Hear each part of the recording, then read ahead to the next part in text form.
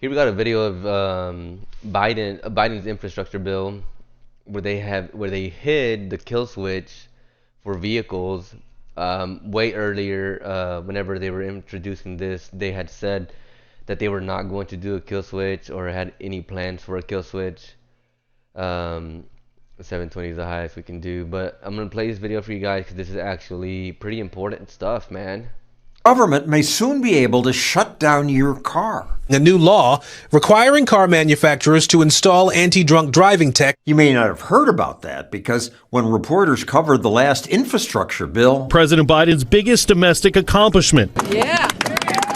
There was little mention of an item buried in the bill that includes a requirement that every new American car now must have a device to passively monitor performance of a driver, see if he may be impaired, and then limit vehicle operation.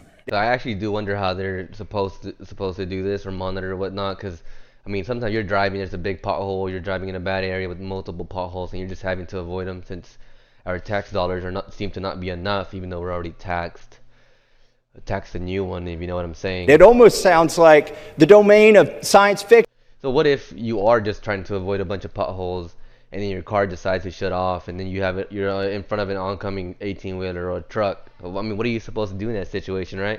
Congressman Thomas Massie objected. A kill switch in vehicles that would be the judge, the jury, and the executioner on such a fundamental right. But most of Congress went along, even though regulators haven't decided how the kill switch might work. Will this have cameras inside the car? Will it monitor your eyes? Relax, says USA Today. There's no kill switch in Biden's bill. They didn't read it because it's there. Automotive engineer and former vintage race car driver Lauren Fix points out the problem with USA Today's so-called fact check. The newspaper admits the law requires new cars to have technology that identifies if a driver is impaired and prevents vehicle operation. Apparently, USA Today just didn't like the term kill switch. But it is a kill switch. And groups like Mothers Against Drunk Driving. This is another reason why they say they're trying to move a lot of vehicles to electric vehicles, simply because it would allow for them to be stopped remotely. How they're going to do that, I don't know. I haven't really researched too much into it. But again, it doesn't make sense. They're taking away. You own the car. I understand that they're supposed to save lives or whatnot. But I almost feel like there's going to be more cases when it's stopping incorrect drivers. I do sense a lot of lawsuits coming up out of this. Want that? MAD points to Europe, where drunk driving detection is already in use. If behavior doesn't improve, an emergency stop is activated. How many lives are going to have to be lost before we can say, all right, let's put this technology in? It would save lives. It's about control, let's be honest. Because once you give that up, you have no more freedom. How do you appeal your conviction when you're sitting at the side of the road with a car that won't run, who knows where, stranded? This computer decides you can't drive your vehicle. That's great. Unless someone's having a heart attack, you're trying to get to the hospital, your mother needs your help. The kill switch is just one of several government plans to control how we drive.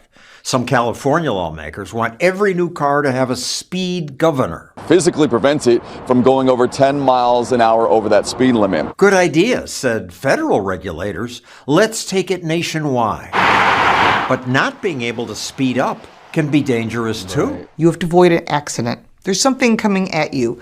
You have to make an adjustment. You can adjust, says the CNN report. If you press this button, you can accelerate beyond the speed limit for 15 seconds. You can press this button, it'll let you go faster. For 15 seconds? But what if you're trying to... you find the button? Yeah, right, while you're under stress for whatever situation. Also, the new safety device will require our cars to spy on us. I didn't realize... I mean, that's another thing, you know, now you're getting cameras inside of your vehicle, your private and personal property. You're being filmed inside of your own car. I would understand it's a little bit different if you're somebody standing outside of the car, because you know they have the right to record from a public sidewalk or roadway or whatever it may be. But now you're recording inside of a car. This may even be taken to the Supreme Court. As that our cars already do. Nissan, for example, says they can collect information about your sexual activity. Some cars now aim video cameras at passengers.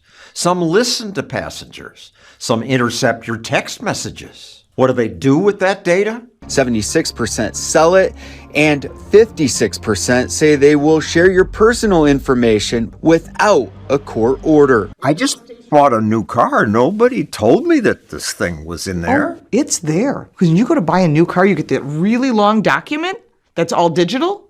Who reads that? The small print says, we're collecting your data. We know everything you're doing in your car, and we own it. And there's nothing you can do about it. And now the administration wants more spying to collect more money. Biden's infrastructure bill includes a plan for a tax based on how far you drive. You would be taxed a certain amount for each. That's insane. I mean, we already pay taxes to, make roadways better.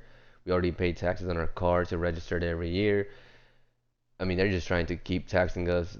It's insane. I mean, most Americans can't even keep up with the current taxes that we already pay. Mile. I think that shows a lot of promise. A mileage charge seems fair. You're paying for your damage to the road. Correct. But when your car tells the government what you do, what you eat, where you go, how long you're there, it makes it easier for politicians to control you. When you start allowing them to do this, they could say, we don't want you going to buy a firearm. We don't want you to go to that destination, so we're not going to let you start your car. The truth is, it's about control. What do you mean it's about control? They're not controlling me. Well, they can.